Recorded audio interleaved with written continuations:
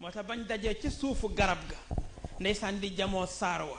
yonent bi sallallahu alayhi wa sallam moo jëkk a wax ne wa duha wa leyli ida saja sayduna cheikh wax ni maa wadaaka rabbuka wa ma qala aliyul xarazim ne walal axiratu xayrun laka min al ula cheikh mouhamadul gaali ne wala sawfa yutika rabbuka fa tarda cheikh alxaaji omar ni alam yajidka yatiman fa aawa maam alfa ni wa wajadaka doolan fa hada maam usmaan ni wa wajadaka ailan fa agna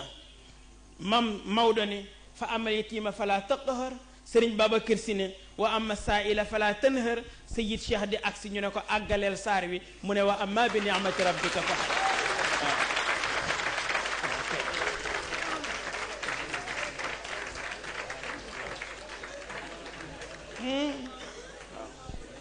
moo tax moom itam nag mu doon nu yëf ya maa bañ a saaraan ndax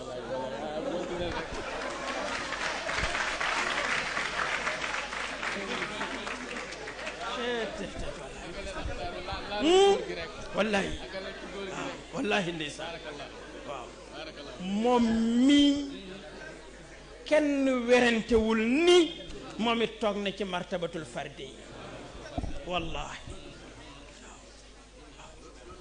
ca xutbaaniyatul uzma ca kaw la feranka la yu moom si jiit Cheikh Ahmed Tidiane moom c'est autre chose ñii ñëw nañ ñaari yoon ñii ñëw nañ benn yoon dellu siwaat moom ñëw na ñetti yoon bii mooy ñetteelu yoonam moom sa jiit Cheikh wallahi wal kitaabi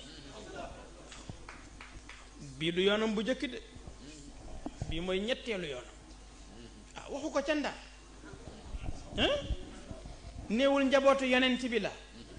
waaye Isa ibnu Maryam yanul naa ko mbuusam ñiy gëstu ñëpp nangu nañ ne ñeenti xale yi daan ànd ak Isa ibnu Maryam ñett yëpp xam nañ fuñ faatoo ba mu des ki daan gàddu mbuus kon bii du yoonam bu njëkk beneen bi ci des mu ne man ma way Sëriñ Babacar te judduwuma mu ne juddu mooy lan wala xad aliftuhu lal xalifati qabla kawni janinan id arahu wa id yarani bi nuuril xayb mu ne Sëriñ Babacar ca xëybu laa ko miine du fii waaw mu ne juddu mooy lan wallaay ndeysaan kon nag moom itam ndeysaan mu ñëw noonu rek